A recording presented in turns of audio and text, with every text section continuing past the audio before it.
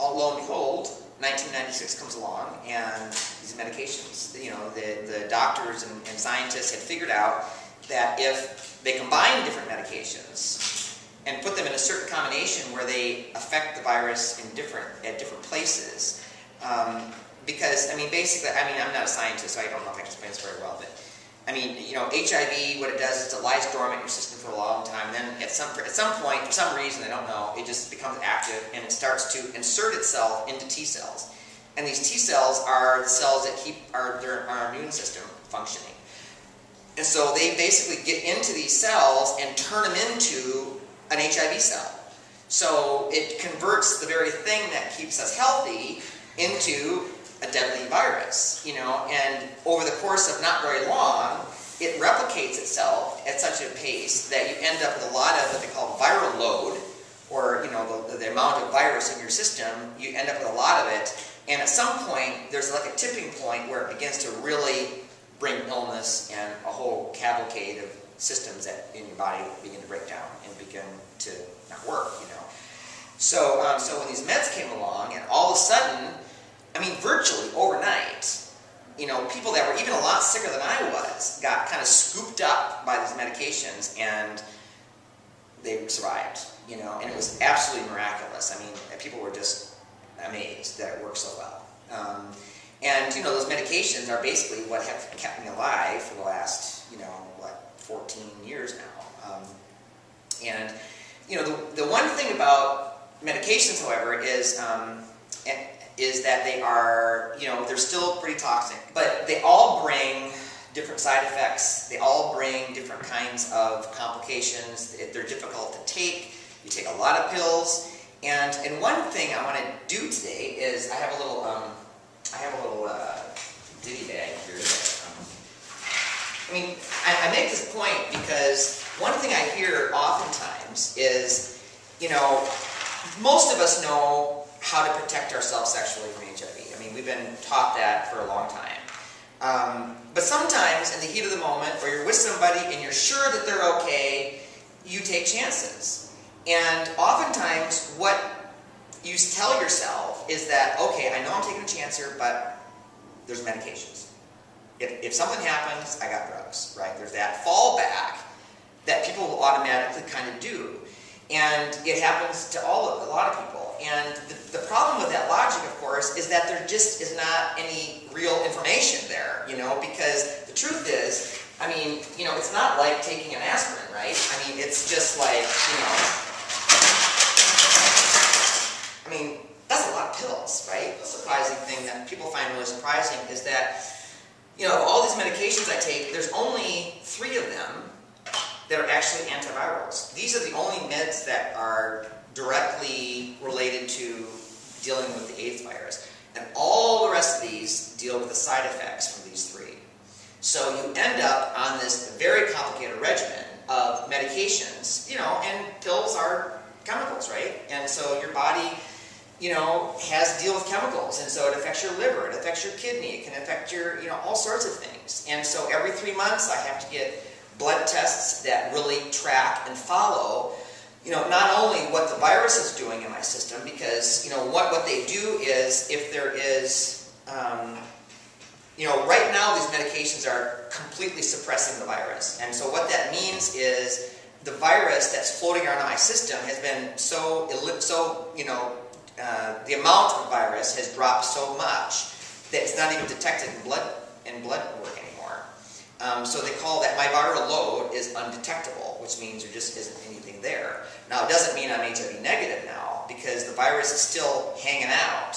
It hangs out in your bone marrow, which doesn't show up in a blood test. It hangs out in your brain stem and stuff. And so all it takes is missing a couple of these doses.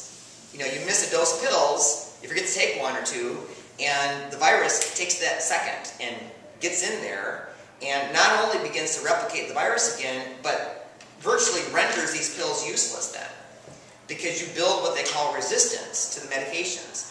And so then what happens is I can't take them anymore. And I can't take any of these 3. So what happens then is I have to find another group of medications that are going to work. And each time I have to do that, and I get a resistance that builds up, and I have to stop taking them, I lose that whole class of medications.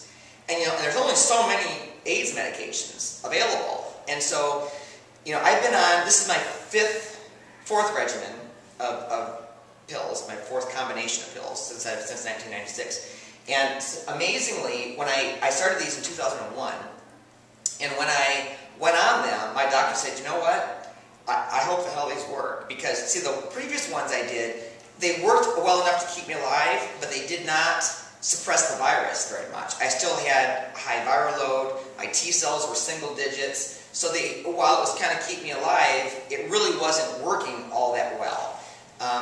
So she said, I hope that these work longer because there are no other medications right now that are available. These were the last three. And so I kind of, was up against it a little bit. And so I was very regimented about making sure I didn't miss the medications. And even if you do take them regularly, eventually the average is 3 or 4 years that the medications kind of just stop working. And all of a sudden your viral load starts to go up, and then you've got to change the regimen.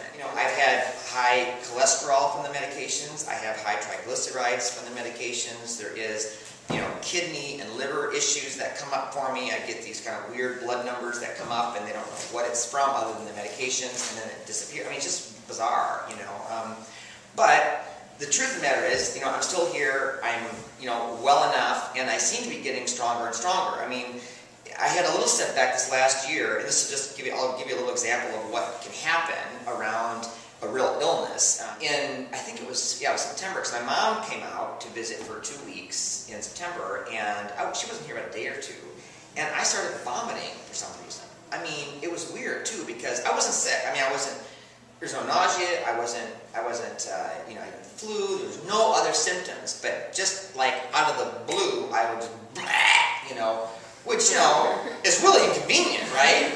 I mean, because, like, if I was sick, I'd be home in bed and I'd be by a toilet, right? But, I wasn't feeling sick, so I would be out doing my thing, and, I'd be running, or just, sometimes it was just there. And that was, depending on where I was at and who I was with, it was a little embarrassing, it was kind of a surprise, because I went to the doctors, because this went on for 2 solid weeks, where I'd go for 2 or 3 days with vomiting and not really keep any food down. So you do that for a while, and you just really start to wither. And I was, I lost, like about 15 pounds, which I could not afford to lose.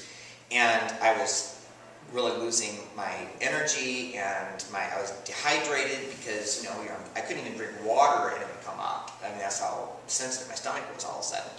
And it would last so then it went away. My mom went home and it was gone. But I was kind of left with, kind of some scary, I just didn't know what was going on. And there's nothing worse than having an illness that's so peculiar and dangerous to begin with, and then to be sick with something that you don't know what it is and what it's from. And because I went to the doctors, and they did the blood tests, and they went down the stomach, and they went into the esophagus, and they tested this, and they did a CAT scan on my abdomen, they did an MRI on my head. I mean, they were just looking for anything, and they found nothing. And what it turned out is, and this went on for, it went away in September, and then it came back again in October, and it came back for 3 days, and it was 3 solid days of no eating, vomiting continuously until there was nothing in my stomach, and then it would go away, and I'd be okay. And then the next month, same thing, came back, 3-4 days of that stuff, and then December, same thing. So basically the doctor said, you know what, all we can figure out is that it's your medications. It's kind of the fallback always. When they can't come up with anything else, they say, well, it's got to be the drugs. But it kind of reminded me that, you're not really ever out of the woods completely. And so this is something that is just kind of a part of my life now, that it's got to be, incorporated as part of my everyday thing, which, actually I've gotten rather used to, surprisingly.